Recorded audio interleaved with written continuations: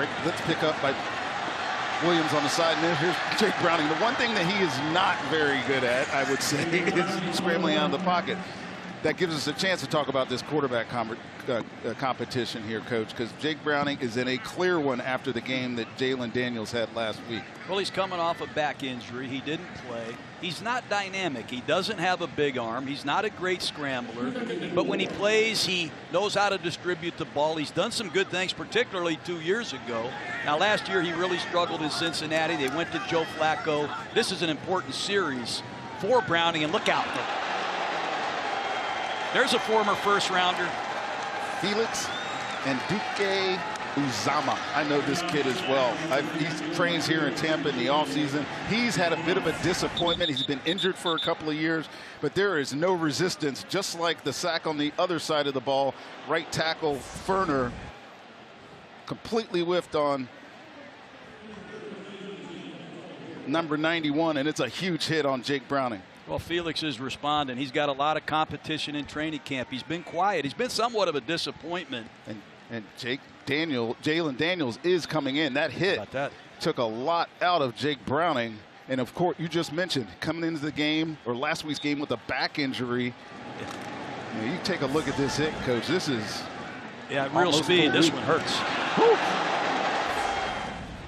Well, here's Jalen Daniels then.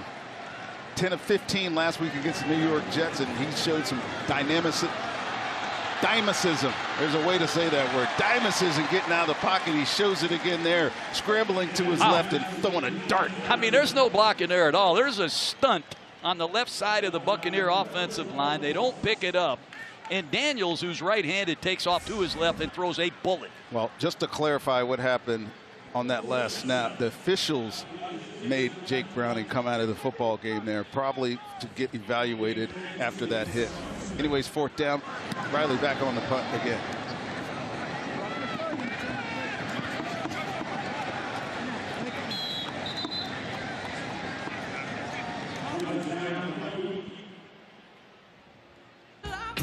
Whether it's DIY day. That's a lie. I think that last series, Coach, showed why Baker Mayfield didn't do a lot of drop back passing. You don't want to see your quarterback get hit the way that Jake Browning just did. No, you don't want that whatsoever. But regardless, you have to block better than that with your backup tackles. So far, they have struggled. And Kansas City's offense hasn't done much either. Let's see if Justin Fields can mount a drive. Well, one thing we do know about Justin Fields, and I don't know if he's going to show it in the preseason, but he is only the third quarterback in history to have rushed for 1,000 yards.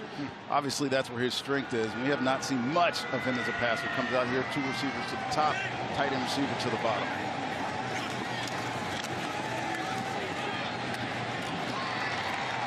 That's a good throw. Good eye manipulation by Fields. He looked off, and he found his target in rhythm. Nice work by Fields. Watch him look to the wide flare to his right. He dips that front side shoulder, throws a strike. There's Garnes with the wrap-up tackle. Bucks are in some sort of 3 deep there. You get that flat guy, that guy flashing to the flat. It tells you one thing. Intrepid corners will know that you can stick your feet in the ground and go make a play. Garnes has not yet learned that. 34 seconds left here in the first quarter. Justin Fields under center. 2 tight ends, 3 tight ends, 1 receiver. Stretch run out to the right, or to the left, I'm sorry, and that's Emmett Johnson. That's the guy that's been the story in Kansas City in a lot of people's minds. The youngster, 5th-round pick out of Nebraska. He had 12 carries, 59 yards last week. That's his second impressive run of the night. The All-American first-team, All-Big Ten running back, 1,400 yards a year ago is Emmett Johnson. This is going to be the end of the first quarter. We'll be back. John, you having fun? I am, man. This is great. Fun? See y'all in a second.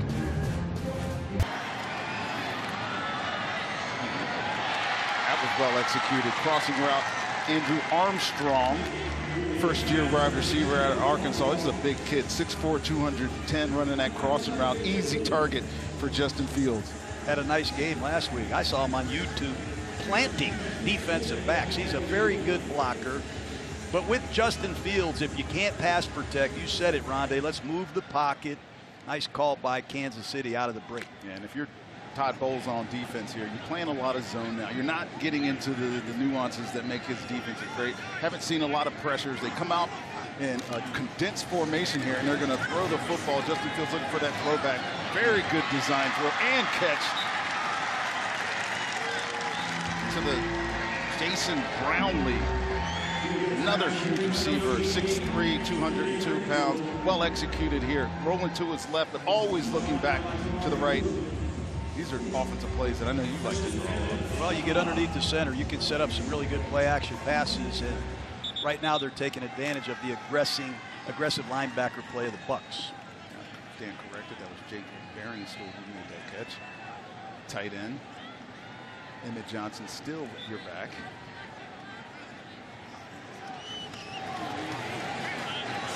Jet motion reverse. Every team in America has this play now. Yeah, it's not just the handoff to the jet sweep. A lot of times they use that as a diversion, and they force the linebackers and defensive backs to bump. And sometimes they can get a nickel like you playing linebacker, Rondé. There was a flag on this play. Again, Andy Reid scratching his head. Illegal formation was the call by Brad Allen. And talking about nickels, the Bucs.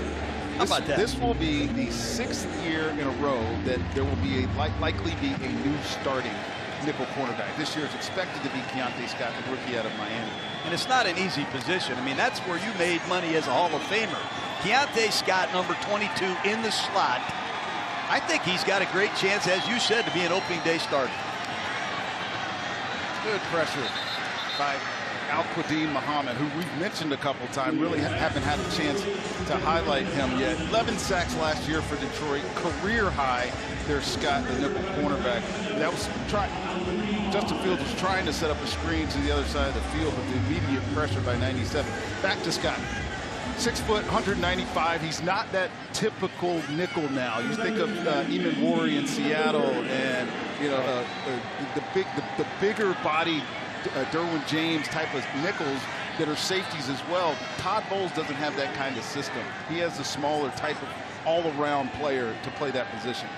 Motion by Beringstool again. Quick drop by Justin Fields, and here we go. That's a good break and drive by Garnes. You got to read the three-step. And that time Garnes did a nice job driving on the quick game, limiting the yards after the catch. I feel easy to figure out when there's 3, 5, 7. I can make plays based on their drops. Now it's much more difficult, which I think has led to the evolution of corners in the NFL. They've gotten bigger. They want to play at the line of scrimmage. You get a third down like it is now, and all you want to do is beat up receivers, although the Bucs are going to play off on this 3rd and 10. 3 receivers to the top. Justin Fields, immediate pressure again, and this is where you get worried about number 6 for Kansas City. He can always do that. Well, you got to do something. You either got to blitz and take away a gap, or you got to mush the rush or stunt the front, but you cannot rush straight up the field against Justin Fields. He's just too good of a scrambler. The defensive line is going one way, the coverage is going the other, and there's a natural vacancy in the defense. And Fields, I'm sure if Todd Bowles was game planning, he would have had a different plan on that 3rd down situation. David Walker, the 2nd-year outside linebacker, slips and falls, and it even opens up that gap even more. 1st and 10, looks like it's on the 10-yard line. Let's go back to David Walker, Rondé. I've heard a lot of his name. He was hurt all last year, number 51. Won the Buck Buchanan Award, Defensive Player of the Year in FCS college football, over 30 sacks. He's got to show he can play the run. Yeah. Just do something else besides rush the passer, but he is definitely in the mix. Well, in practice, you can see the repertoire of moves, the counters. You get in the games, haven't seen him yet. Todd Bowles even mentioned that. We know what he can do. He needs to show it. Preseason games like this, while they seem unimportant, are very important for guys like David Walker. Fields again drops back, finding nobody at the goal line. Good coverage by uncertainty at the safety position behind Antoine Winfield and Tyke Smith. Here we go, 3rd and 7. Fields drops back, looking to his left. Nothing here. Here's where you got to keep him in the pocket, because he only wants to scramble. That's good defense by Tampa Bay. Sorry for sounding like Gene Deckerhoff, but I love that. They make a mistake earlier. They let Fields out of there. He got the 1st down, but Todd Bowles and his defense make the correction. They contain Fields, And now they make this a very difficult situation for Harrison Butker. Watch Anthony Nelson there. I love it. Run to the sideline instead of trying to close the distance. Bam! I sound like Deckerhoff at all? You said him just like John Gruden. Buckner with the kick. We're on the board, 3-0. The Bucks will have the ball coming back. We'll see if Jake Browning comes back. Laser Kasowitz, who does so much for this organization outside of the X's and O's and the business operations of this team. Cam Johnson back to receive here. Sean Tucker is the lead out front, and Cam Johnson gets out to the 30-yard line. The Bucks looking for a returner. And last year, Cam Johnson would have been the guy. He was hurt. They left position, including Sean Tucker. But the guy that we have to talk about, and I think is really lighting up the running back competition right now, is Josh Williams. He sure is. He had a beautiful cutback touchdown last week against the Jets. And a lot of people think Sean Tucker has that third job in the bag. Not so fast. Here is Williams. You know, but Williams had 1,500 yards at LSU. I coached his dad. Jermaine Williams was my fullback in Oakland. And Skip Pete, the running back coach, coached Jermaine Williams. Heck, Jermaine Williams' mom is his own agent. So this is a family operation of football, but this kid wore number 18 at LSU for a reason. They give that number to a guy that really has the right stuff. He's a return guy. He's good on special teams. He can catch it out of the backfield. And I think he's good picking up blitzes. He's really in the mix. Jake Browning back into the game, was evaluated for concussion. Williams into the backfield still, and here we go. Screen to Williams. Blockers out front. A couple of good cuts, which he does very well. And look at that leg drive, Coach. I like him, man. Good patience. On a screen pass, you have to have patience. Let the offensive line get their blocks. I called it phasing. There's the kick out. There's the lead. And it's a nice job finishing for additional yardage. But this kid can catch it, like I said. He can really run the rock.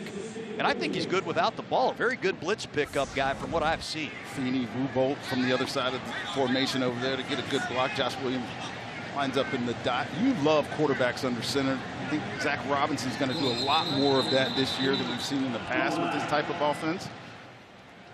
Another false start. False start. Offense, number 74. 5-yard penalty. First down. One thing that I know you famously say is during our Super Bowl run that Brett Johnson didn't take one shotgun snap. Yeah. I don't know if that's true. No, that's the truth. We will be the last team in the history of football. The NFC in passing that year. Here we go. Josh Williams in the backfield again. Quick screen out to Patterson. And really good job getting some extra yardage after that deal. Let's talk about Zach Robinson. Robinson, I think, is going to bring some really nice wrinkles to this offense. No doubt, Rondé. And he was in the pistol a lot in Atlanta. A lot of people thought we were going to be in the pistol all the time. But if you watch Seattle and you watch the Rams, both of those teams over 50% of the time under the center. You help the back. The back can see better when the quarterback is out of his way. And you can really set up some great play-action passes and bootlegs. That's what I expect to see from Zach Robinson. He's an excellent young coach. Those coaches that you mentioned also are starting to use a lot more tight ends. Bauer Sharp, Yes. number 84, just checks into the game, just brings us to that conversation. Cade Otton, we know what he is for this team. Payne Durham's more of the blocker, but they're looking for a guy like Bauer Sharp to really start separating himself and showing that he can play in this offense. No doubt. And he's an interesting guy we need to talk about after this snap. 2-by-2 formation. Browning's back. Head Bauer to the flat. He's going to have to try to escape here. Does a good job finding Josh Williams in the flat. Made something out of nothing there. And Jake Browning showing he does have a little escapability in his repertoire as well. You know, you don't have to be fast. You have to be quick. You got to be able to avoid the initial rush. And he keeps his eyes downfield, and he finds Williams. And I expected Williams to make that guy miss. But back to the tight ends, Rondé. Other than Cade Otton, I think the Tampa Bay Buccaneer tight end room saw 2 other catches amongst all the other tight ends. So they need this young tight end to come through for him, and he has turned some heads in training camp. 6th-round draft pick, the last of the picks of Jason Light's 2026 draft. Bauer's in the slot. Got him. Better throw. He did have him. Cam Johnson, one off the line of scrimmage there against not sure who the corner was, but he did have him. That ball was inside on the red line, as we used to say. There's a red line that every practice field has, right, John? Yes, it's like right between the yard line and the sideline, and that's where the ball's supposed to go on fade balls like that, especially on one-on-one coverage. And Kansas City, they play more bump and run coverage than any other team in the league. Steve Spagnuolo, Fulton number 8 at the bottom of the screen. They are in your face the vast majority of the time. Fourth down. 4th and 3 here. The Bucs are going to go for it. Get in condensed formation, pull them out of man-to-man. Set up the little pick screen or nowhere to get rid of this football. Browning just scrambling again. Somebody's got to go deep. Just let him toss it. And he finds David Sills, number 80. They're going to get holding on Luke Haggard, number 72. Number 72, 10-yard penalty, 4th down. I think number 72 playing left guard does a nice job handling the initial stunt there, Coach. But then as he starts to scrum, clear hole inside the shoulder pads. The white hat was actually looking that way and found it. Let's just take a second here, Ron. They talk about Danny Smith. The spinners at the top of the screen is our guy Garnes against this double press look of the Kansas City Chiefs. Let's see if we can down this inside to 10. Rashard Smith is a returner. He's got a fair catch. And I don't think that hit anybody, but yes, we are going to get that at the 10. Good job, Coach. Great call. Good job by Riley Dixon. We'll be back with the interview when we come back. Me and John mess up the play calls up here, but they can definitely listen to you. What are you most looking forward to about being here in Tampa? I mean, it's just it's incredible. Like, it's hard to put into words. First of all, I've told you when we spoke before, any job that Gene Deckerhoff had is an incredible job. So when you're honored and privileged to step into those enormous shoes, you got to say yes enthusiastically. So just all of this, getting ready to call this season. I mean, I'm really excited for 2026. I love what they did on both sides of the ball, going out in the draft and free agency. I'm excited about this team. Well, can we get him to call one play with us so we can give him let's give him a preview for what a voice he has. He does. He's got the perfect vocals. Here we go. Let's go. Well, you guys know that a play-by-play call is only as good as your spotter is, right? So I got James Petrocca right here. Okay, that's good. That's good. So we got Garrett Nussmeier in the ballgame for the LSU product, right? And he's going to be at quarterback here for Kansas City. 3-0 lead for the Chiefs. First down and 10. They've got the ball at their own 21-yard line.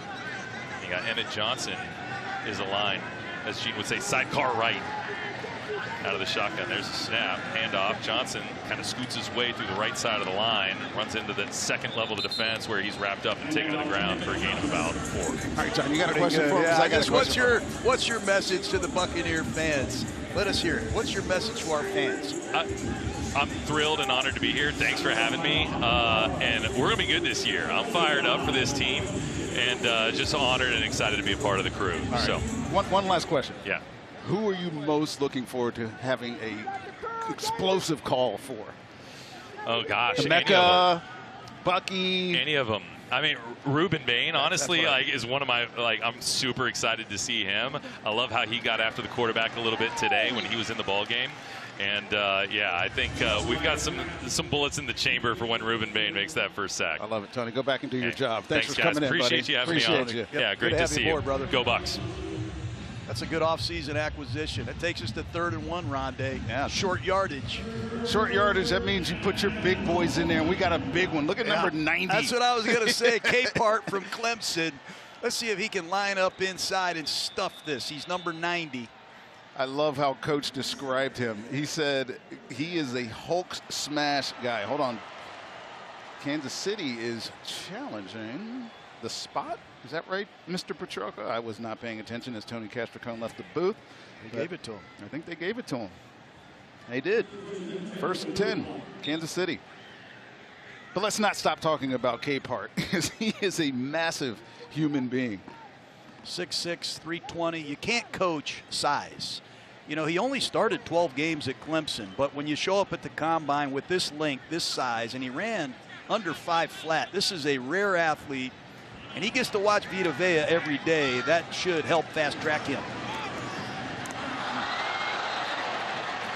Nussmeier trying to get the ball to tight end Jared Wiley. Incomplete. You had Nussmeier in your quarterback camp this year, didn't you? I think this is a steal for Andy Reid in the 7th round. I love this kid. 2 years ago at LSU, he lit it up. He's a gunslinger. His dad's the offensive coordinator of the New Orleans Saints. He's the coach's son. This guy has great communication. He's got a heck of an arm, and he's not afraid to stick it in tight windows. This is a really good pickup for Kansas City in the 7th round. He battled some injuries last year. He's LSU's #2 in completion, pass attempts, passing yards, and #4 in passing TDs. Those numbers speak out when you think about the quarterbacks at LSU. Under some pressure here, and he finds a completion to Jalen Royals, who slips 2 or 3 Bucs tackles and picks up another first down for the Kansas City Chiefs. How about Tony Castricone just stepping right into the booth and just nailing a call? It's just like, oh, it's a 3-0, it's 3:30 on the clock, whatever. I haven't said that one time yet today. Yeah, he's a real pro, and he knows he's got big shoes to fill. Deckerhoff's a legend here in Tampa, but how about the pipes he has on him, man? Yes, there is Tony Castricone in the play-by-play booth for the radio right now, next to one of your old tight ends. Dave Moore working, Jeff Ryan in the background there doing some logistics. There's Nussmeier again, little short rollout. Oh, about to get killed, and just throws this thing up for grabs. Nobody there. David Walker had a really good rush there, Coach. That's 2 in a row for Walker. And he has a get-off. He sees the ball snapped. He's off like lightning, and he is giving Kansas City problems, but he arrives just at the time the ball is launched. That's legal. That's vicious. And that's a factor grade. I said it earlier. You got to make the quarterback feel your presence. Good to see him back. He missed all last season with that knee injury, and he can rush on the outside, left or right. Question is, can he close out Kansas City in this 2-minute drill? And Johnson is your back. Look at that get off. I think they got him that time. Off, but they got him that time. To Royals again, makes more Buccaneers miss. That's Demarion Williams, who actually finally gets him to the ground. And it's interesting that we're now talking about missed tackles in the Bucs secondary, because when we were talking to Todd Bowles, the one thing he said specifically for the corners is they have to be better tacklers. And last week against Kansas, against the New York Jets. Offside. Defense number 51 was in the neutral zone prior to the snap. The penalties declined. It's 3rd down. We had too many missed tackles, and it is a problem for this young group in the secondary. No doubt. And there you see the offsides on Walker. And the other thing that bothers Todd Bowles is pre-snap penalties. Right. Walker's got to key the ball. 3rd down and 3. I think Kansas City's in 4-down territory here in the preseason.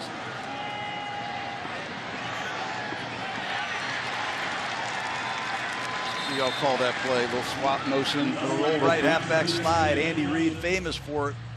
You don't often throw the ball to the back in the flat from the tailback position, but that's a good call. Caught Tampa Bay off guard. Picks up the first down. Bucs, Chiefs going to 2 minutes.